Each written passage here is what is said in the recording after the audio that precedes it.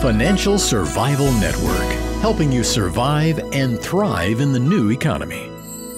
Go to CarrieLutz.com and sign up for 30 free micro trainings on financial survival.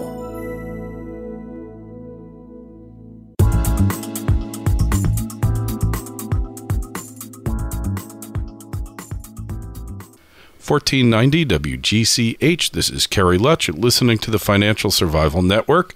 I hope you're as confused about energy as I am, about fracking, about natural gas liquids, about where our next barrel's coming from, because our next guest, Byron King, he's in charge of resources and energy over at Agora, and he knows his stuff. Byron, welcome to the Financial Survival Network. Well, thank you. It's great to be with you. And we really appreciate having you here with us, because there are so many misconceptions in the energy industry. People don't really understand what it takes to get a barrel of oil from 20,000 feet under the Earth's crust to your gas tank. I'm hoping you can clear some of that up. The first thing is we've got a near panic about hydrofracking. They won't allow it in New York. They're complaining about it in Pennsylvania. What's the real risk of hydrofracking? Is it as bad, potentially, as the naysayers claim? Well, I think what we're dealing with hydrofracking is it's a new kind of technology. People aren't used to seeing it. They don't really understand it to the extent most people understand much, if anything, about, generally extracting oil and gas. But, something new comes along, people don't quite get it, and it's easy to put a lot of misinformation out there about it. Just real quick, Hydrofracking 101, in the olden days, you would drill a straight well, just straight down into the rock formation. You would, you would perforate the well. You would, blow some holes into the side of the well, and the gas or the hydrocarbons, the oil, whatever, drains into the well, and out it comes. Well, that was the good old days. That's what we call the easy oil, even though way back when the guys who did it, they never thought it was that easy. But today we call it the easy oil. Now all that stuff, we found all that. Okay, we found that years ago. The shallow stuff, the easy stuff, the oil that flows out of the rock into your drill pipe, nice and easy. That's gone. That's history. You can forget about it. Your grandfather and your father and your mom and dad, they burned that oil up years ago. I mean, we're in a new generation, and the only way to get the large volumes of hydrocarbons out of the Earth's crust, that the world needs to run is the advanced technology. So what do? Well, you drill these wells. Astonishingly, think about this. Take a piece of drill pipe, you bend that doggone thing. You can bend that drill pipe, and you can drill these sort of corkscrew-shaped wells, into the rock formations. You can go to the sweet spots of the formations where there's the most hydrocarbons, stuck in those little pores inside that rock. But that oil and that gas, it doesn't want to go there on its own. The pressure isn't enough. So you've got to do something to kind of goose it, So when they talk about hydrofracturing, they drill the well, they put the steel casing down there, they get everything all set up, then they blow holes in the side of the well, and with explosives, and then they pressurize it with, I'll call it water, but it's a fluid because it's a mixture of stuff. They pressurize it, and they bust up all that shale, or they break the tight sandstone, or they break the tight limestone, or whatever. The idea is to get that oil to flow into your well. Okay, when I say it's new technology, people have been doing it for 60, 65 years. I mean, the idea has been around, but the perfection of the idea, making it work on a large scale in really difficult formations, like you hear about the Marcellus Shale or the Barnett Shale or the Eagle Ford Shale, or out in California the Monterey Shale. These real tight, real tough shales.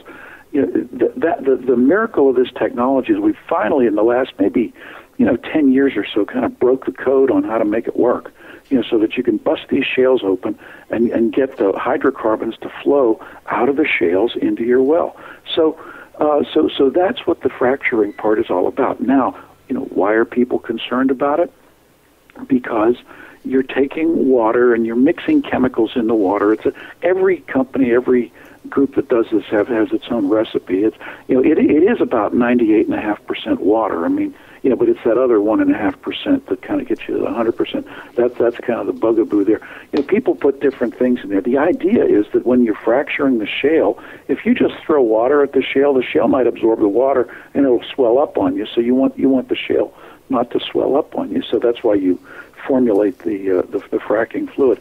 Now, what people are saying, this is kind of long way to get to the point of your question. Mm-hmm. What people are saying is, I'm worried about that fluid. I'm worried that fluid is going to somehow or another, seep into my well water, seep into the creek down the road there. It's going to somehow contaminate the town reservoir or whatever. I don't want to drink that stuff. And you know what? I don't want to drink that stuff either, and neither do you. I mean, if you take nothing else away from our discussion today, don't drink fracking fluid. Okay, it's bad for you. But here's the thing: these wells that they're drilling are being drilled. Here where I'm in Pennsylvania, I'm in western Pennsylvania. You're drilling these Marcellus wells, 5,000, 6,000, 8,000 feet down into the ground. We're talking about injecting water and such, a mile and a half, into the ground. That is so far below the water table, it doesn't even matter. I mean, it's just, the water table for water that you can drink is at most, a couple hundred feet below the surface of the earth. That's all protected by steel casing, by concrete, by lots and lots of safety systems that are designed into the well. Now that gets to the point that the people who are doing this work, the oil companies, the operators, the drillers, the service companies, they have to know what they're doing. And in that sense, they do, because they don't like getting sued for, bazillions of dollars. Of course, there's regulators out there that, pretty much every state, certainly the federals, have, very, very extensive regulations on this. People have been doing it for many, many years. Now we get into the, into kind of the mythology that's out there. People are saying, they're drilling these wells and, they're polluting my water and everything. Actually, when you really look, when you go around and you say, show me a documented example where underground fracking has contaminated somebody's water, it's pretty hard to find that example. They can't do it. They can't do it. Yeah, I mean, somebody can come up and say, this water is no good or something. And when they do that, and you look back into it, there might be some other reason why that water is no good. There might be something else that contaminated that water. But that's why, in terms of the environmental monitoring, people have to do all this background investigating before they even turn the first shovelful of dirt, at a well site or something. Now other things that are issues, when you pump that water down there and you fracture the rock and you break it open, it's under a lot of pressure. And when you release the pressure, what happens? Well, it flows back to the surface, a lot of it.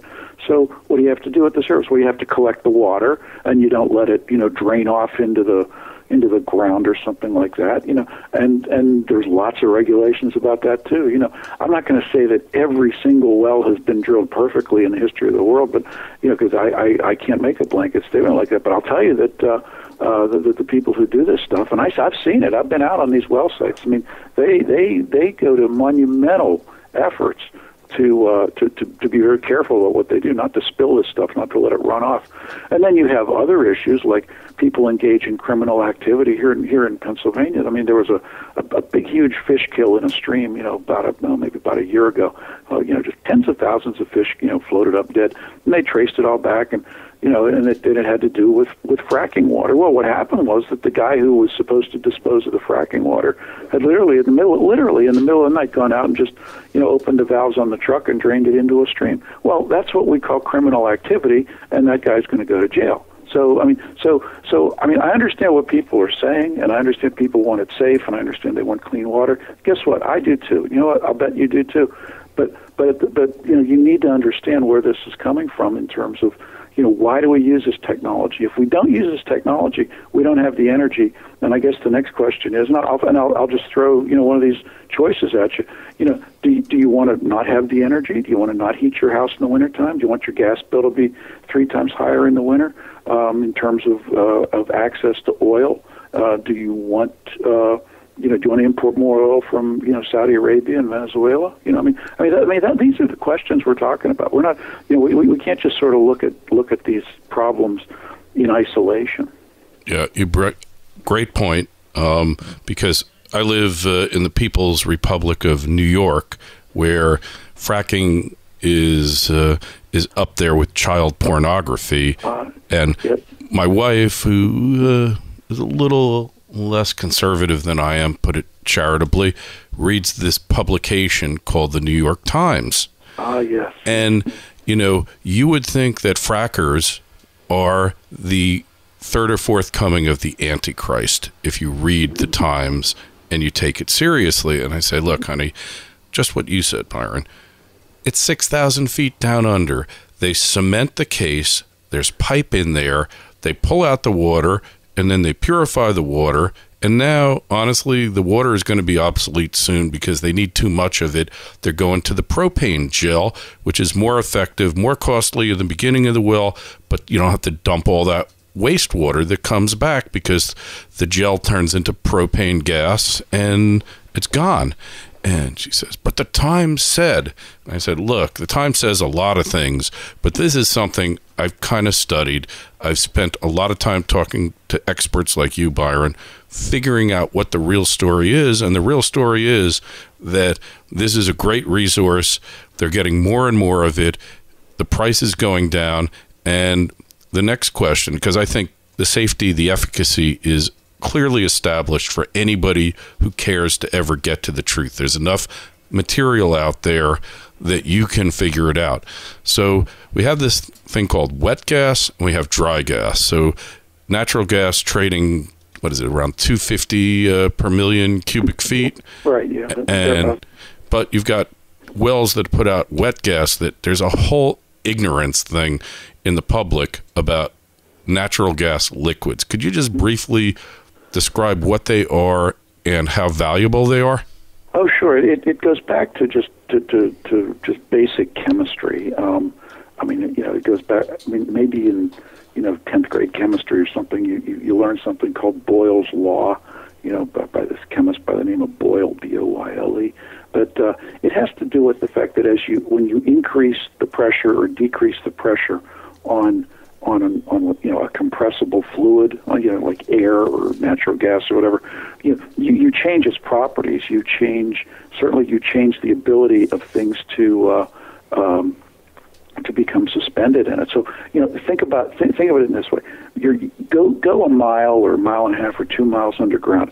You're under a lot of pressure, right? So the natural gas is under a lot of pressure, and also it tends to be fairly warm down there. If it's pick a number. If it's 50 or 60 or 70 degrees Fahrenheit here at the surface, it might be 150 or 200 or 250 degrees down there where you're coming from. So you've got really high pressure gas that's hot, that's warm, and it's not just methane. It's not just CH4, carbon with 4 hydrogen, methane down there. It could be other stuff too. It could be oil. It could be things with just more and more hydrocarbons, attached in a big long chain, which is that's kind of chemically that's what oil is. So as you bring this natural gas, or as you bring this gas up through the pipe to the surface, and you lower the pressure and you lower the temperature, you start to get fluids that precipitate out. It's kind of like rain. When the warm air hits the cold air, and the warm air rises up over the cold air, and it cools off, and the little water moisture condenses. We get this stuff that falls out of the sky called rain or snow, depending on how cold it is. Same thing with some of this gas that comes out of the ground. Sometimes the gas comes out and it's just methane. That's dry gas. The methane comes out, you decompress it, you put it in a pipeline, you send it down the line, and you heat your house with it, or you boil your water with it on your stove. That's fine. Other times you bring that gas up from deep below, and you precipitate out other hydrocarbons. It's in addition to the methane, you got ethane, propane, butane, pentane, hexane. This whole long list of organic chemistry stuff that are hydrocarbons, and they're and that's a fancy name for oil. It's natural gas liquids. So that's the difference between the dry gas that doesn't have any extra hydrocarbons over and above the methane versus the wet gas, where you can get a lot of other hydrocarbons. Now, this stuff's valuable. You sell this stuff for $100 a barrel, $110, $120 a barrel. You completely change the economics of a well when you've got wet gas as opposed to just dry gas. You're not just selling stuff at $2.53 or $3 per 1,000 cubic foot. You're selling the gas, yes, but you're getting all this other stuff that you can also sell at $100-120 a barrel. So you really sweeten up the economics when you get wet gas. And what people aren't aware of is something around 15% of our petroleum output in this country comes from natural gas liquids. For the most part, when people say, "Oh, look, American oil production is increasing in the last couple of years," that's why. That's exactly why. It's not that we're finding more of these classical old oil wells, the East Texas field or the Kern River or any of these great old Texas or California oil fields or something like that. Not at all. It's because we're getting more and more of this wet gas with more natural gas liquids coming out of it. Yeah, and that is a product, like I mentioned earlier. That's a product of the last say 8 or 10 years of technology. All that technology that people were throwing money at, and all that capital expenditure from the early 2000s when people were out doing their thing, and it's all starting to pay off now. I mean the wet gas wells in western Pennsylvania, these Marcellus wells, are just right now in the year 2012 starting to come online. Some of these wells got drilled 3 and 4 years ago, but because they didn't have pipelines, they didn't have the treatment facilities that could depressurize the gas and strip out the natural gas liquids and such, because they didn't have that stuff, they couldn't. They were shut in. They couldn't get to work. Yeah. But it's working now. It's really a great story that people, because it's too hard for the media, the regular media, to understand that, hey, gas could be wet. Well, that doesn't make any sense to us, so we just won't report on it because we don't get it. Yeah, they don't understand it, and they don't understand it, and it takes more than their 10 or 15 or 20 second stand-up routine to explain it to people. Although, in my experience, when you do explain it to people, most people can figure it out. Most people can get it. I mean, this is just the facts. This is just chemistry. There's nothing political here. There's no spin, no nothing. This is just chemistry and physics at work. Yeah, exactly.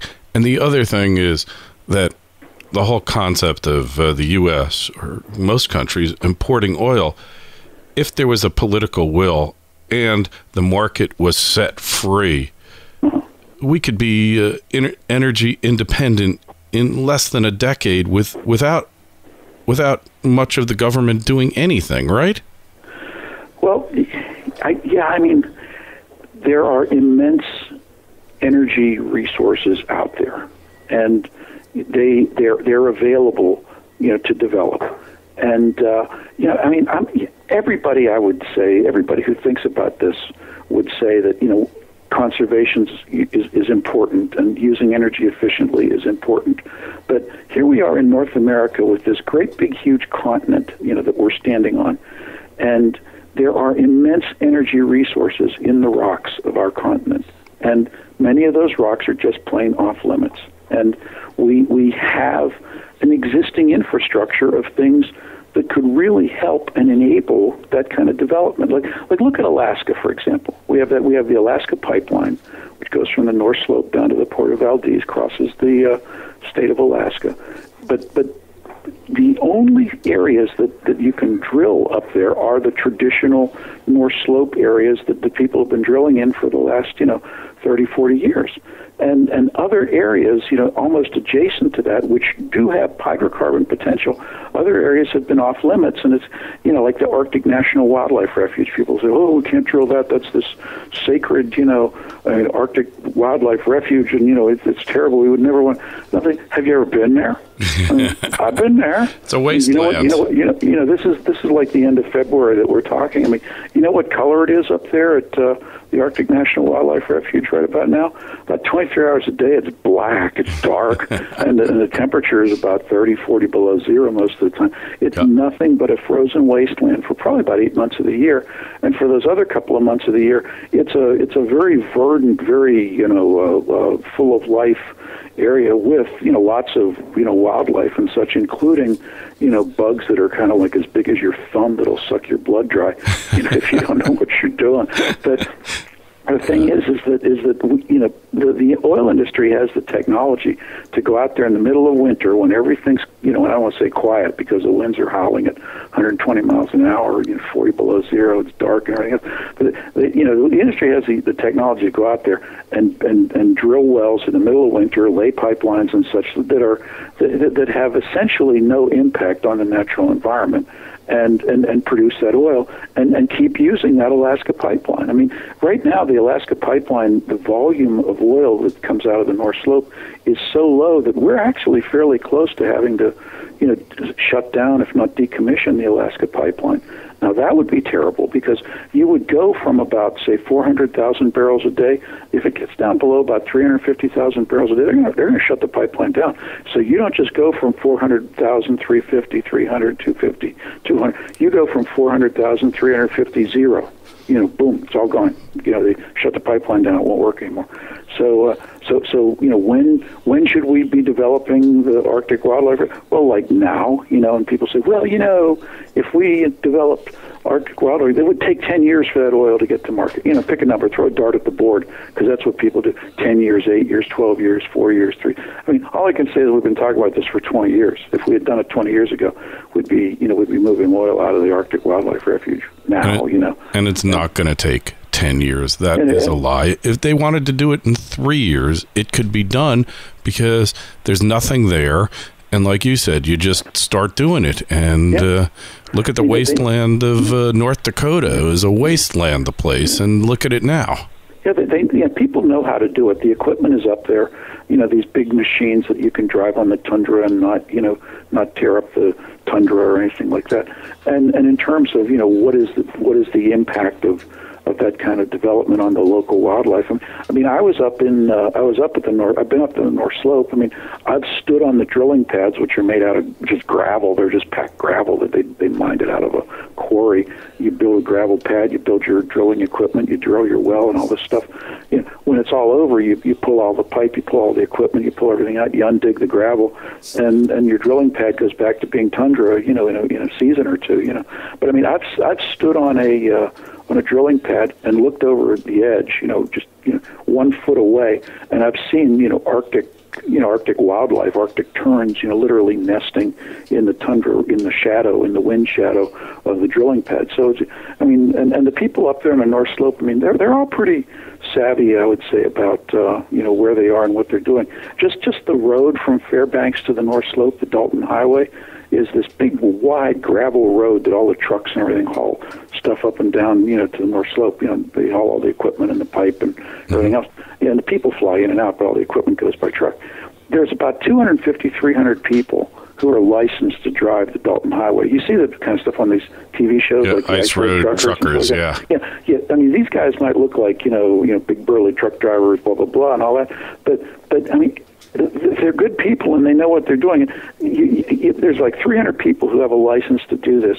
When you drive up and down the Dalton Highway, which I have done, and you look out the window of the vehicle, there's not a speck of litter, for 300 miles.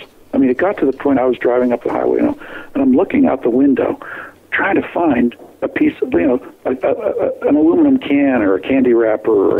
And I mean, the guys that's how careful people are about the environment up there. Yeah. They absolutely do not abuse it, and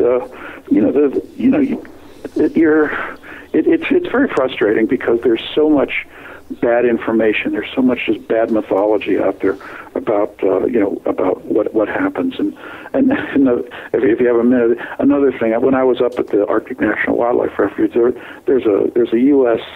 Department of the Interior like ranger station or something there, and they control access to this area. Not that you can really control it, but I mean, if you go in and you go out, they want to know that you're there. They want to know who's there. So the time I was up there, I asked the head ranger, I said, how many people, go to the Arctic National Wildlife Refuge every year?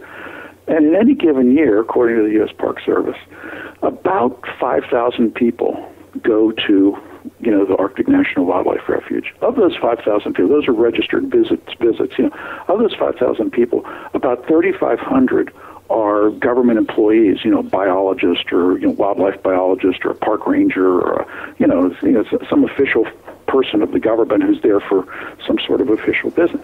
So that means about 1,500 non-government people go visit the Arctic National Wildlife Refuge every year, which tells me that here's this area that this immense, gigantic area that's like the size of New Jersey or something, and 1,500 people go and visit it every year. So it's really by putting this place so far off limits. I mean, we've really turned it into some sort of a shrine or some sort of a museum or some sort of a bizarre national park that like nobody can go to. Do you see what I'm saying? Yeah, it's crazy, but unfortunately it's typical of systems that no longer operate on logic and fact. They work on emotions and mythology. So, Byron, we got to get going now. So, where do we find you on the internet? And you would go to agorafinancial.com, Agora financial.com, and just click away because it's a wonderful website with all sorts of things. But you'll find my name, and you'll find my newsletters, and you'll find all sorts of other stuff. We have things that you can access for free, and then my newsletter, my basic newsletter, is $49 a year. It's less than $1 a week. And I'll send you an email every week and tell you what I'm thinking about energy and minerals and what's going on in the world. All right, excellent. That sounds like a real bargain. Hey, we'll talk to you again soon. You be well and be prosperous in this runaway gold and silver bull market. Very good. Thank you. Take care.